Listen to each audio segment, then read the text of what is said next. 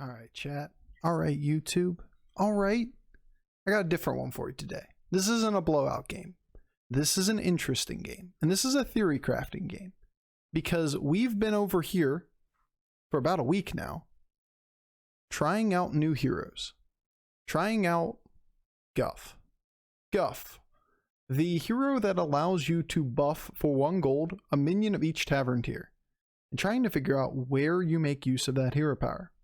Now, without going into extreme detail, I genuinely do believe that this hero power is an amazing backup plan for when games just don't really go your way. You level off curve, you give yourself the ability to potentially high roll. If you take early triples, then cool, play for the early triples. But when you don't, what does Guff get you? He gives you the ability to take a messed up bullshit mid-game board and easily pivot that into a top 4.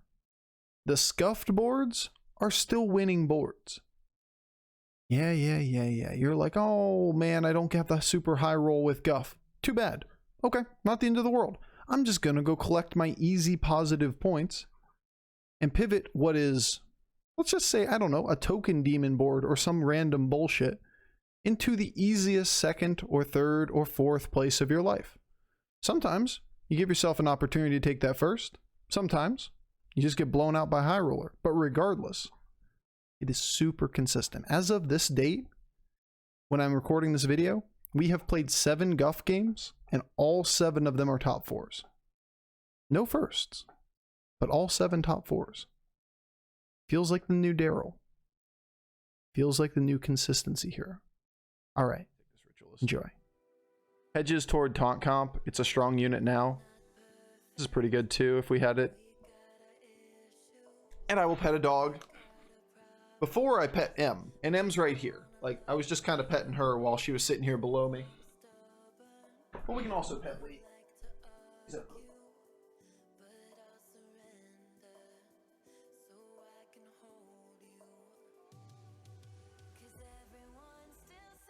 Now, I mean, I can't point the camera at Lee right now, or M right now, because I get banned from Twitch. Because she's right at my feet, and you know how they frown upon that kind of stuff.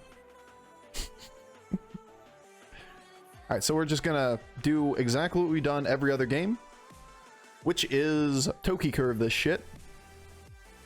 We're on 3 on turn 4, awkward turn, with 2 minions that are reasonably good to keep. I'm not going to keep this because we want to find a 3-star next turn. We want to lean into our hero power to start the game, and then figure out the game from there. It gives you a way to stabilize very quickly. If we find a 3-star on the next board, and then we just buy one other decent thing, maybe a demon, maybe a pair, then we basically just are stable on Tavern 3 on turn 5 with a decent amount of stats on the board. Now obviously this is an impossible turn. We know this. The turn where you level up and push your button is not going to be a turn you're okay.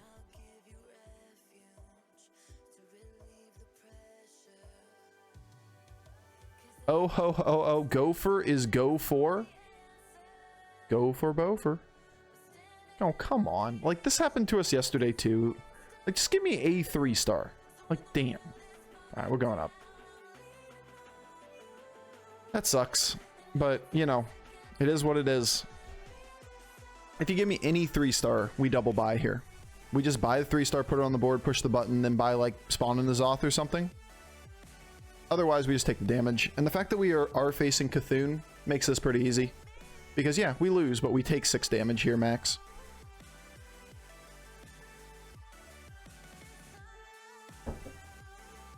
Didn't even register. Heard it so many times, I just thought it was some reference.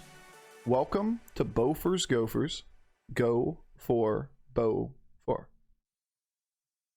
Go for Bofer. Let's just slow it down. Next person that follows gets the slow version. Welcome to Bofer's Gophers. Go for Bofer. God, I'm gonna scare so many people off. Yeah, what did I just follow? I'm out of here. No, it's Bofer, Gopher, Bofer, Gopher. Yo, Brishan. Only you like that order.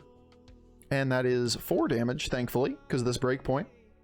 Cool. We'll take 4 here to go up the 4 aggressively.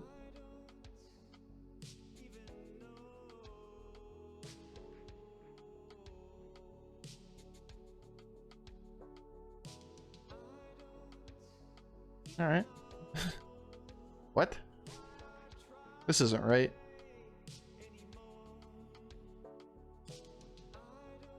Is it?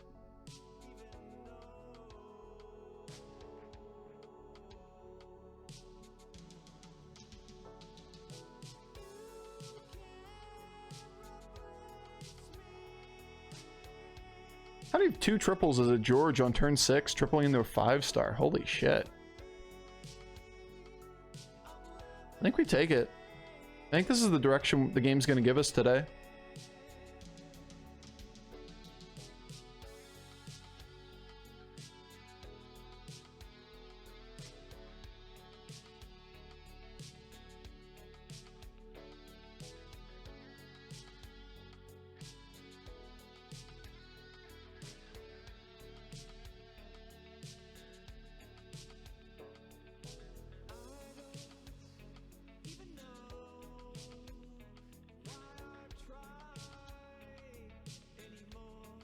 Controls already in Beaufort's lobbies.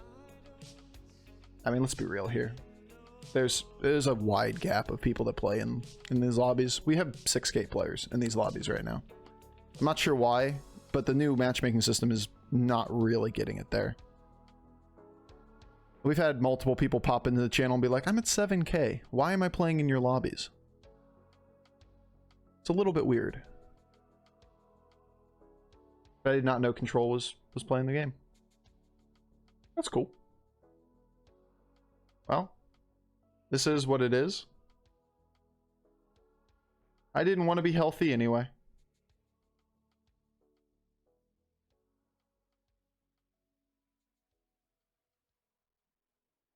Ooh, piece of candy. Now we could have played that for extra stats on this board, or we can play it to line up another board. And I think I should have played it for extra stats on that board. I just kind of did that. I phoned this in. There's a better way to do that turn. You buy and sell the 3/3 dragon, and then buy 3 on the board, and then you just push the hero power and don't roll. We'd have 2/1 more on, or this would be 4/2 bigger, and this would be 2/1 bigger. It was definitely a mistake.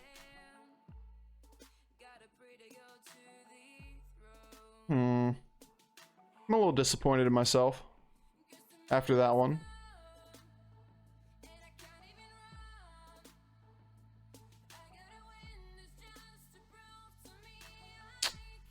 Live and learn. Only because there's not that many players above 7K, yeah, absolutely. But you should have a hidden MMR of 8K for all those people that were like 10K plus last season. So it's probably just we need to play a lot of games to get back to where we were. But it really becomes like, right now it's probably the easiest time ever to get into high MMR lobbies if you're a new player, because you really only have to play from like, you know, plus 3K rating from natural rating.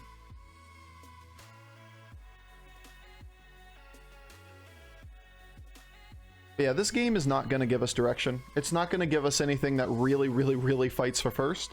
So if that's the case, then we are going to happily take our token demon line with extra stats, and we just tempo this game out. Got a ghost. You could try to go to 5. I think we do try to go to 5. Not put this on the board because I'd rather this one get buffed than this one. You're like, oh, why are you getting our soul juggler? You only have 2 demons, and they're not even good demons for soul juggler. It's still a pair. It's still a 3-star that we're buffing, and we're going to go to 5. So we look for any triple in the 6-star. We look for a 5-star. We put our push our damn button. We look for an Argus. We look for this triple. We look for that triple. Like, it's fine. It's not great, but it's where we are in this game. Another person going Nomi and dying in 8th place. I'm only noting this because this is a very common discussion that we have on chat. All the people that are like, you know, Nomi is really good. Nomi may be good in your lobbies. Nomi, generally speaking, is not good in top lobbies. And the reason being is that Even if you get it aggressively, like this guy had 2 triples on turn 6. He just flat out died doing that transition. And even if you win the lobby 50% of the time, if you bottom 3 50% of the time, it's a net negative play. And that net negative, that just completely invalidates the strat, right? What we care about is what is on average the best line. The process-oriented thinking approach. You got to get a lot of firsts if you can drop out Nath with strats to make them competitively viable. Now, sometimes you end up with Nomi. I get that. But in Quillbore meta, you really don't. There's no Nomis in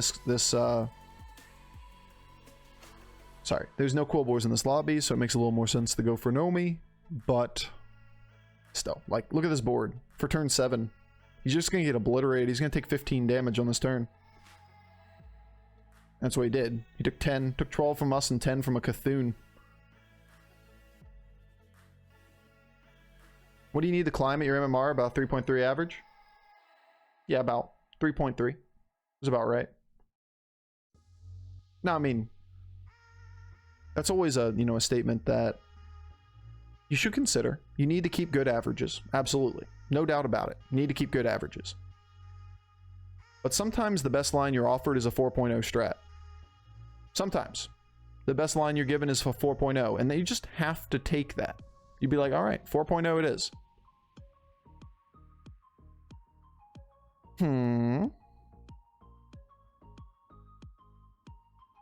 This could be a ghoul.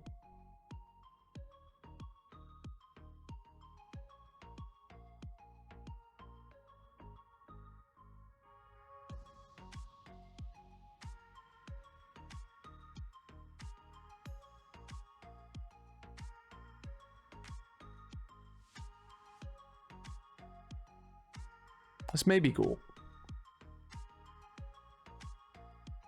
Interesting. Got Divine Shield.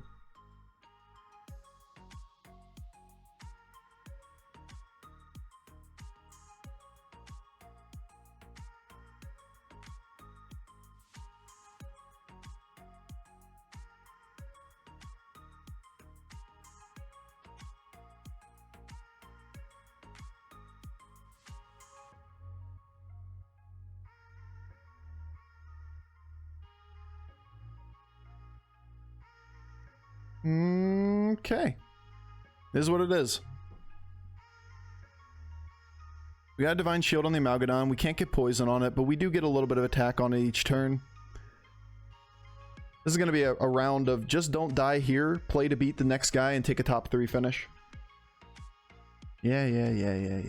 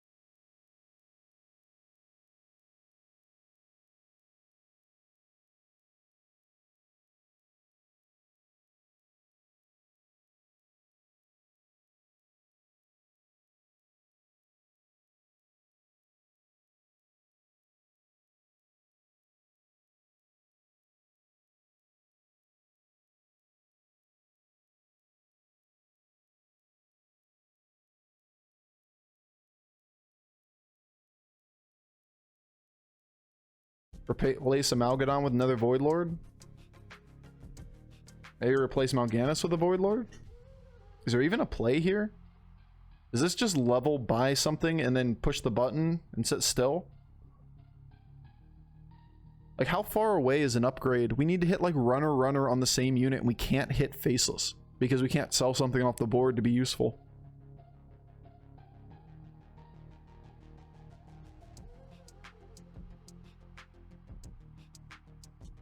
I think that's the play. We level for damage. As dumb as that sounds, leveling for damage in current year? We're board locked. Like, completely board locked. We'd have to play, like, find another Mal'Ganis, then get 3 buffs to play through, then put down another Mal'Ganis or something. To do anything that upgrades this board. I'd rather just level up and look for another Imp Mama. Maybe we don't die. Maybe we kill him. Who the fuck knows? I can't tell how strong we are. Just depends on what's on his board, and he's all Divine Shields. Or Soul Juggler. Ha! Look at your Zap killing itself. Pathetic.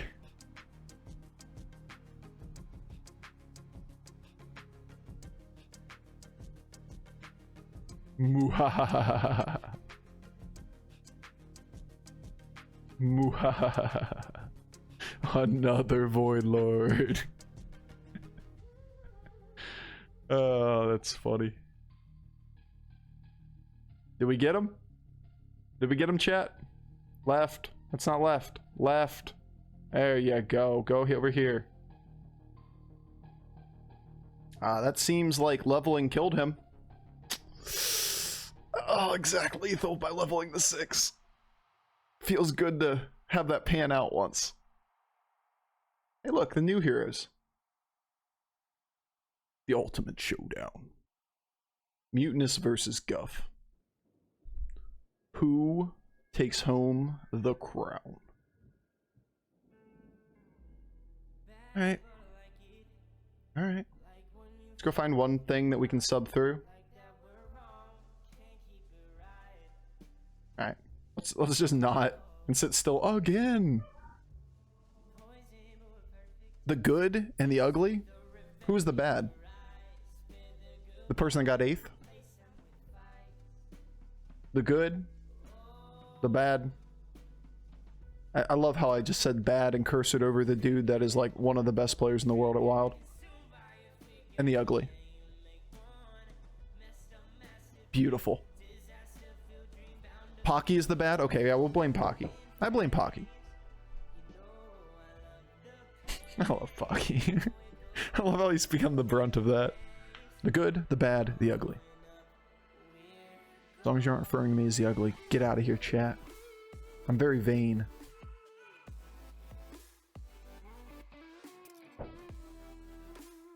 So, yeah, we pushed our button every turn and we took what the game gave us. It happened to be token demons. And now we have a almost coin flip level instance here for the last part of this game. That was a really good cleave for us. This thing dies here then? If it hits. Hit right. No, no, no, no, no, no, no. Alright, that was okay, I guess. Feeling like we're getting a little bit short here. It just depends. If this hits here, we win. Go right. Oh, we're the best. Good tie.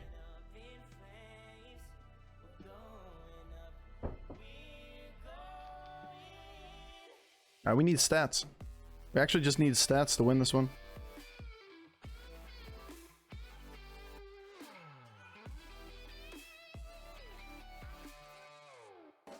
Alright, this is really good. This is the weakest thing on the board, right? It's either that or the poison Amalgadon, but it's a hard one to justify.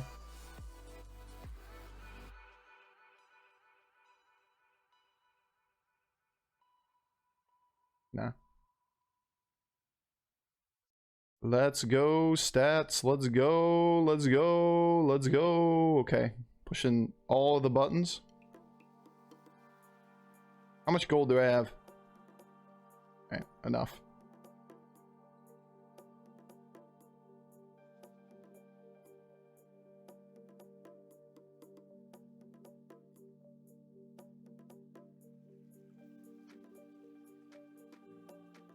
Let's go, stats.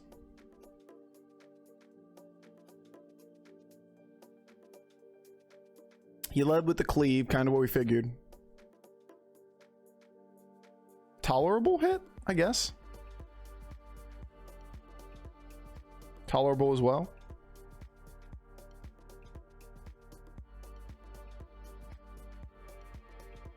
Irrelevant.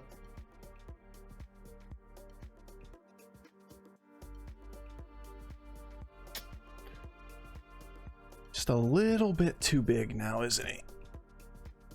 That's sad.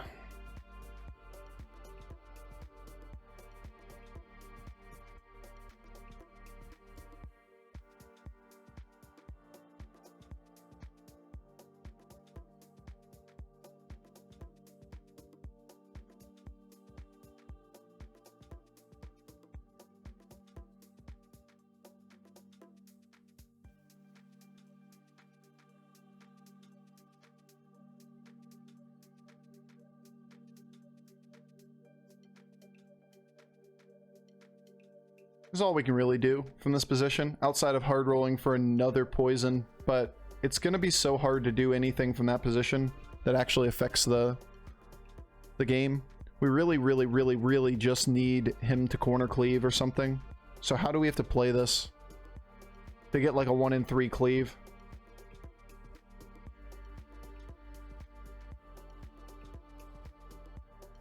To win this game? We can afford to lose what exactly?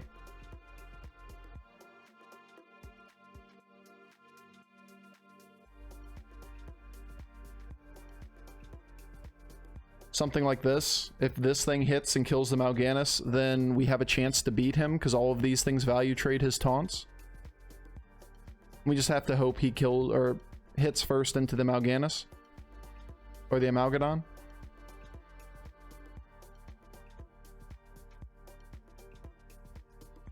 Like, I think that we're that far down. We've got to play this, like, there's a bad cleave that just makes us lose on the spot, but this gives us the opportunity to win a 1 in 3.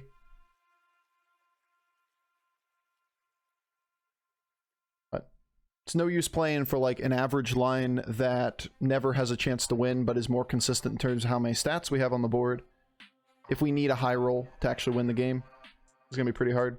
I mean, he's just bigger even there. Like, he's going to be 4-4 bigger on the board. Sell Juggler? For what?